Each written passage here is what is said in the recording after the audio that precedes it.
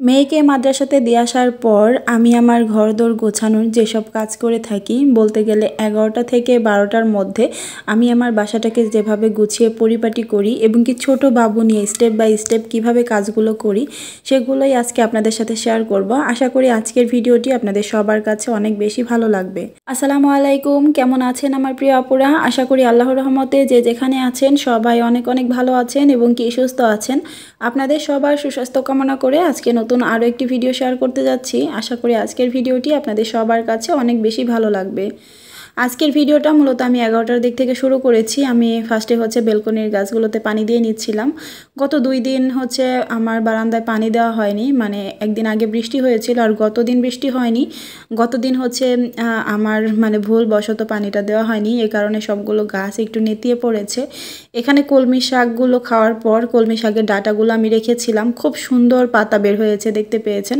তবে ওই যে একদিন পানি দেইনি, পানিটা শুকিয়ে গিয়েছে আর এই কারণে পাতাগুলো একটু নেতিয়ে পড়েছে। এখন পানি দিয়ে দিলাম, ইনশাল্লাহ পরবর্তীতে আবার খুব সুন্দর সতেজ হয়ে যাবে। আর এই শাকগুলো কিন্তু সুভানার খিচুড়িতে টুকটাক করে দেওয়ার জন্য আমি লাগিয়ে রেখেছি। এতে করে দেখা গেছে এক একটা টবে আমি একদিন করে দিতে পারবো, 2টা টব আমি 2 দিন ওকে রান্না করে খাওয়াতে পারবো। আবার নতুন করে পাতা বের হবে। আর এখানে পর্তুলিকা গাছে একটা ফুল ফুটেছিল মাত্র, আর সবগুলো গাছে এক এক করে আমি পানি দিয়ে নিচ্ছি। জবা গাছের পাতাগুলো একটু নেতিয়ে পড়েছিল, বলতে গেলে সবগুলো গাছেরই পাতা একটু নেতিয়ে পড়েছিল একদিন পানি না দেওয়ার কারণে। আর এই যে জবা গাছে কিন্তু বেশ অনেকগুলো কলি এসেছে, এগুলো আস্তে আস্তে ফুটবে। যখন ফুটবে তখন কিন্তু দেখতে মাশাআল্লাহ খুবই ভালো লাগবে। কিছুদিন আগে মেহেদি গাছের পাতা তুলে নিয়েছিলাম, তারপরে এখন যে নতুন পাতাগুলো বের হয়েছে সবগুলো পাতা এত বড় বড়, দেখলেই খুবই ভালো লাগে। এখন আমি বারান্দার সবগুলো কাপড় উঠিয়ে নিব, এরপরে ঘরদোর গোছানোর কাজ শুরু করে দিব। গত দিনের ধুয়ে রাখা যে কাপড় চোপড়গুলো সেগুলো ওঠানো হয়নি, এখন উঠিয়ে ভাঁজ করে নিব।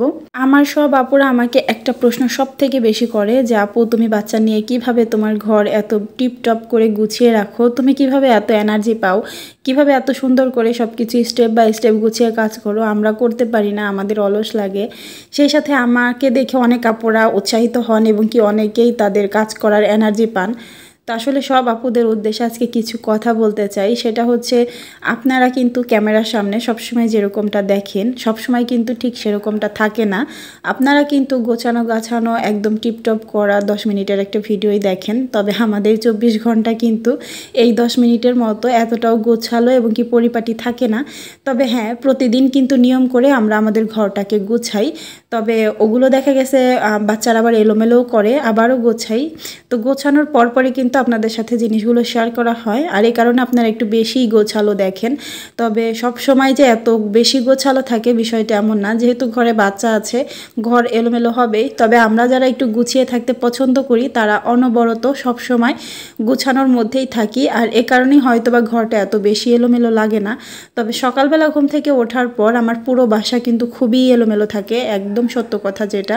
রাতের বেলা আমি যতই গুছিয়ে রাখি না কেন, কিন্তু ওই যে সকালবেলা মেয়ে মাদ্রাসায় যাওয়ার আগ পর্যন্ত ঘরে একটু খেলাধুলা করে, সেই সাথে আবার সুভানা বাবুও খেলা করে, আমি রান্না বাড়া করি, আপনাদের ভাইয়া অফিসে যায়, সব কিছু মিলিয়ে আমি রাতে গুছিয়ে রাখলেও দেখা গেছে সকালের এই ধকলে আবার ঘর এলোমেলো হয়ে যায়। আমি রোজাকে মাদ্রাসাতে দিয়ে আসার পর এই ঘর গোছানোর কাজগুলো করি।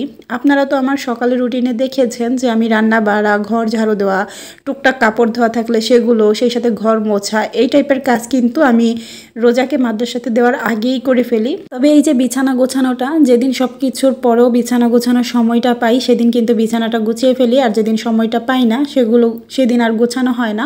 কারণ বিছানাটা আমি সুভানাকে নিয়ে আস্তে ধীরেও গোছাতে পারবো, তবে মেজর যে কাজগুলো থাকে যেমন ভারী কাজ, ওই যে বললাম ঘর ঝাড়ু দেওয়া, তারপর কাপড় ধোয়া, ঘর মোছা, এই টাইপের কাজ পরবর্তীতে সুভানাকে নিয়ে করাটা আমার জন্য কষ্টের হয়ে যায়। এ কারণে আমি এই কাজগুলো সকালে করি, আর বিছানাটা গোছাতে পারলে গোছাই, না গোছাতে পারলে তো থেকে যায়। আর যে কাজটা আমার সকালবেলা কখনোই করা হয় না সেটা আমার ফার্নিচার ক্লিনিং, কারণ এই কাজগুলো কিন্তু খুঁটিনাটি কাজ, এই কাজগুলো সকালবেলা করার কোনোভাবেই সময় পাওয়া যায় না। আমি এই কাজগুলো মূলত সুভানাকে নিয়ে পরবর্তীতে করি রোজাকে মাদ্রাসাতে দিয়ে আসার পর। এখন এই যে সুভানা মাদ্রাসাতে রোজাকে দিয়ে আসার পর ঘুমিয়ে গিয়েছিল, তখন আমার একটু ফোনের কাজ ছিল ইমার্জেন্সি, সেই কাজগুলো আমি ওই টাইমটাতে করে নিই।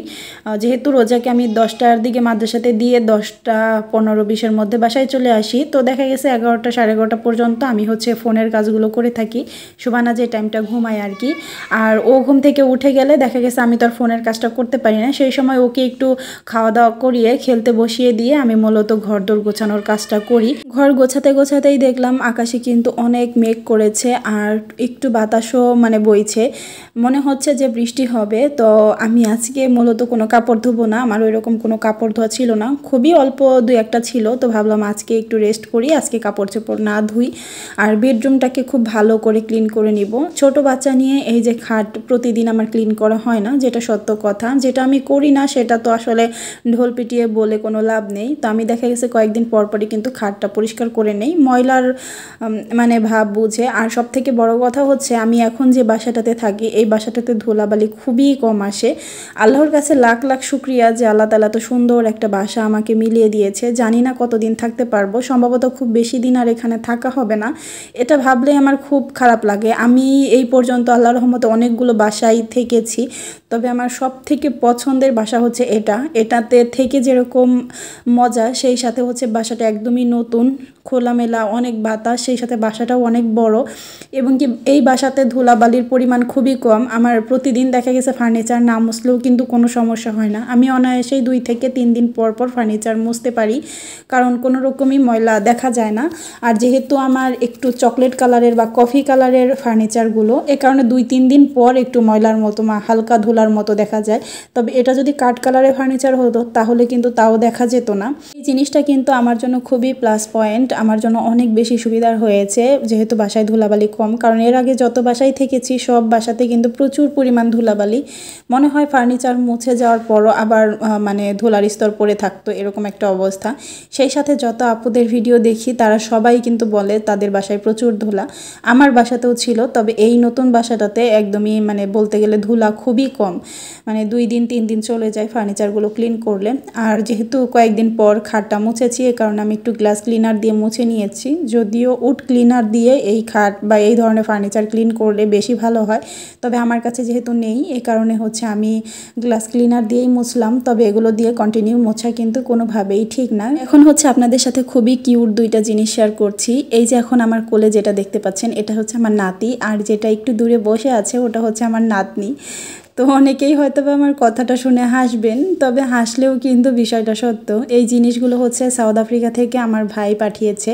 এই জিনিসগুলো আর কয়েকদিন আগেই কিন্তু আমাদের হাতে এসে পৌঁছেছে, তবে সবগুলো জিনিস কিন্তু আপনাদের সাথে শেয়ার করা হয়নি, আরও বেশ অনেকগুলো জিনিসই কিন্তু পাঠিয়েছিল। তবে এই 2টা পুতুল এত বেশি কিউট, মানে যেটা না বললেই না, যতই প্রশংসা করব মনে হয় যে কম হয়ে যাবে। এই কারণে ভাবলাম আপনাদের সাথে একটু শেয়ার করি।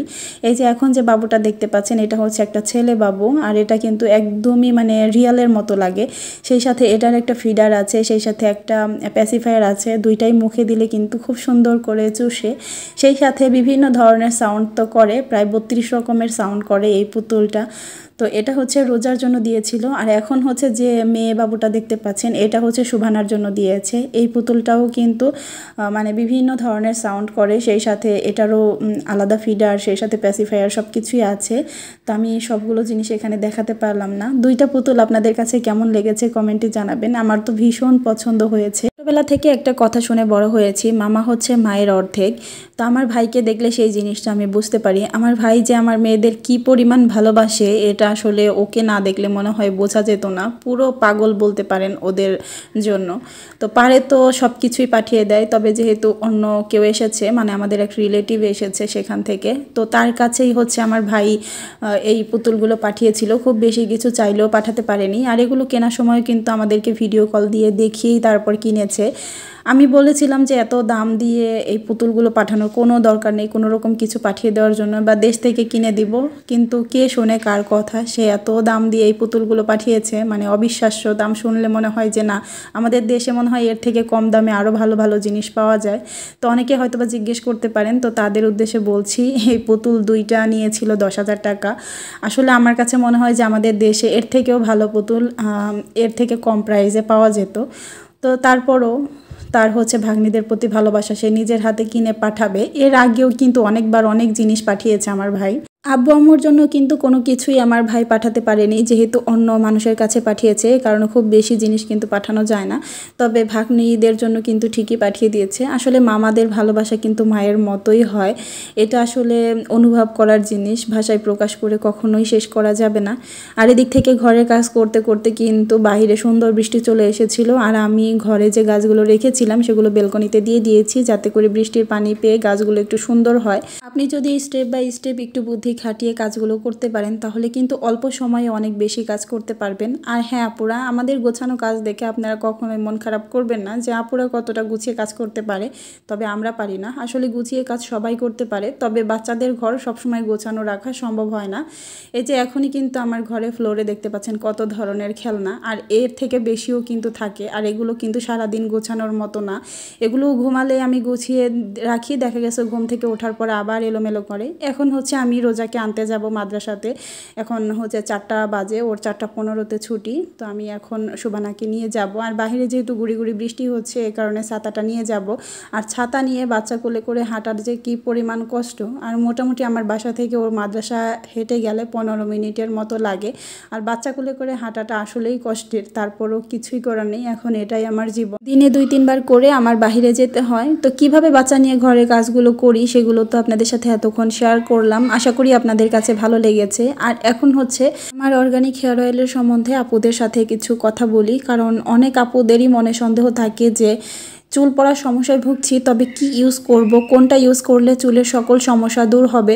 আবার অনেকেই আছেন প্রতিনিয়ত আমার ভিডিওগুলো দেখছেন, তেলের রিভিউগুলো দেখার পরও বিশ্বাস আনতে পারছেন না যে আসলেই তেলটা কাজ করবে কি না। সেই সব আপুদের উদ্দেশ্যে বলছি, আপনারা একবার আমাকে বিশ্বাস করতে পারেন, আশা করি আপনারা কখনোই ঠকবেন না। অনেক আপুরাই এসে আমাকে বলে যে আপু, আমরা অনলাইন থেকে কয়েকবার কেনাকাটা করেছি, প্রতিবারই ঠকেছি, এখন হচ্ছে বিশ্বাস পাই না।